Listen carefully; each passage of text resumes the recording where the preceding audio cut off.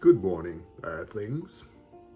Good morning, everyone. Aaron here, aka AJ, aka Papa. It is March 1st, 2020, and I am back with another vlog to feast your eyes and ears indubitably upon my sweet little morsels of good intention, light, and love.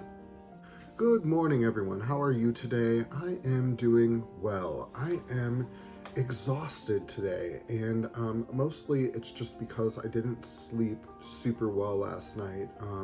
Zachary was restless, and therefore I was restless, and I just didn't get in the zone of sleeping well. Not to mention the fact that I had caffeine yesterday and I had bad food yesterday, and so I am back on track today. I'm gonna have a nice healthy breakfast. I'm gonna take some herbal tea with me.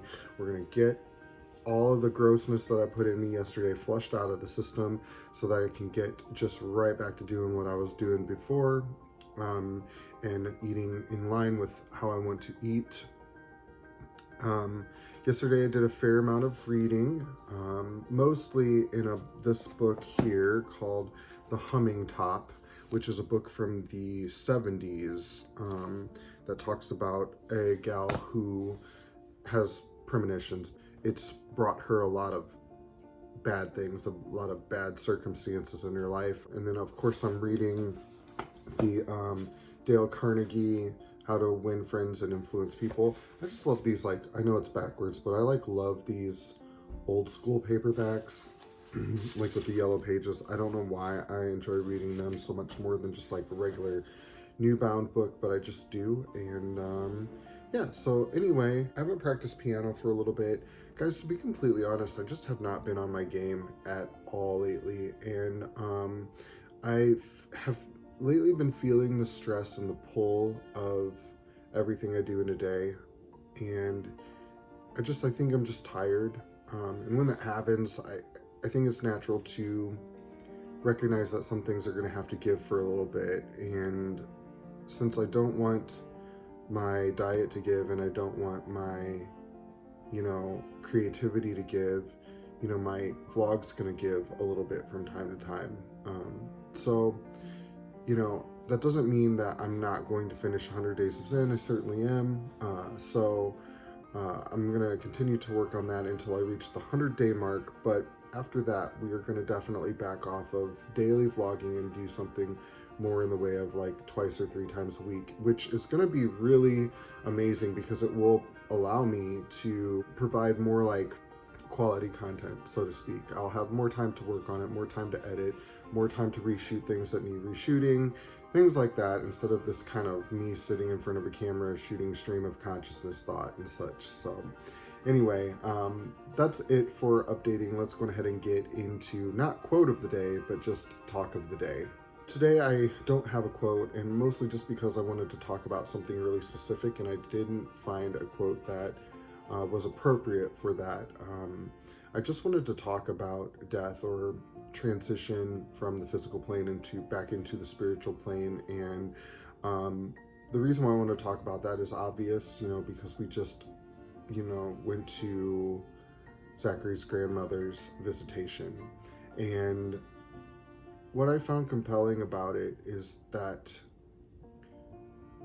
the way that we revere life and the way that we approach death is so final. We feel like the death on the physical plane is very final, and the reality is that it's not very final at all. And if anything, we are closer in proximity to the people that we love after they pass than we were in physical form. So we know that, and I think most people believe that there is a spark of some sort within us that is not quantifiable. I think even science recognizes that to a certain extent. We understand that the brain shoots electrical impulses and that the heart is run by electricity as well and pumps. And when the heart stops pumping, then activity and stops supplying oxygen and blood to the appropriate areas, the organs in the brain shut down. And what you have then is the halting of the physical form. But what we can't quantify is what is the essence of that person that lived in there. It's not per se the electricity that runs through them, and it's certainly not their memories.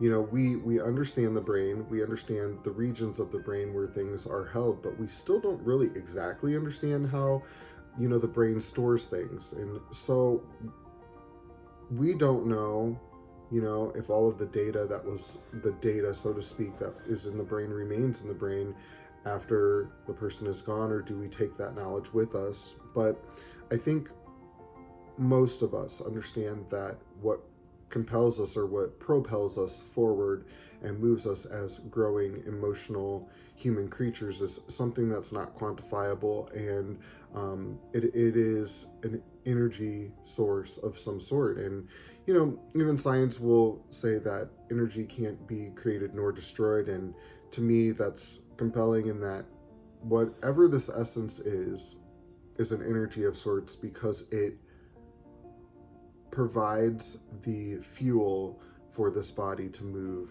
and function and live. And not only that, but just have these like complex emotions and feelings and such. And it would be surprising to me if that energy, that essence, that is the internal emotional life that is what we experience in this physical form, it would be surprising to me if that didn't continue to exist in some way, shape, or form after the ending of our physical experience. And I think there's a lot of, I've read, 50, 60 books on the subject, metaphysicists who who feel compelled that it doesn't end after this. And there's varying thought processes on what level of consciousness we experience after the physical plane, but the bottom line is none of us really actually know. But what I wanted to just kind of touch on is this whole death concept. And we hold a lot of stress and trepidation when it comes to death. And I think that the reason why we do is because it feels final, and it feels like maybe we won't get done what we want to get done before it happens, or that it could come at any time. And the reality is that if you are continually growing, you will not get everything done that you want to get done before you pass. And the reality is it could come at any time. And so it's important to remember that we must do our best every day. We shouldn't waste any days. We should constantly be working towards being the best version of ourselves that we can be, and in the ways that are the most important. We work so hard on money, and we work so hard on the comfort of physical living, but it's so much more important for us to develop and nurture our spiritual self, our internal self, the essence that propels us forward. It's so important for that to develop, and so often we get the physical plane is so compelling with all of its sights and sounds and smells and all of that. It's very compelling, and it tricks us a lot of times into forgetting that we are more than just this physical form.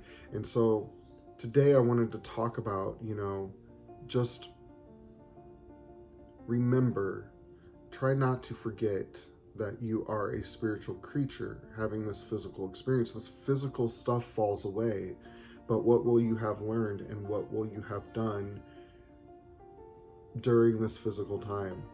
The whole purpose of this is to learn things and to become a well-rounded spiritual individual and understand the dynamics of a physical existence to the point where we can manifest, and if we get so caught up in the physical time and don't recognize that the important things are the relationships in our life, blessing other people, helping other people, loving other people, being kind to other people, making a connection with those around us, even those we don't know well, and overall just trying to be the best possible version of ourselves and raise our vibrational, our vibration to such a height that we are an impact upon the world around us. That is what's important. So don't be fooled by the physical form. It's very seductive. It's very compelling, but it's not really you. And before you know it, this physical form will be done. And I hope that when your time comes, that you are proud of the things that you have done and are ready. I'll talk to you guys later. I love you very much. Bye.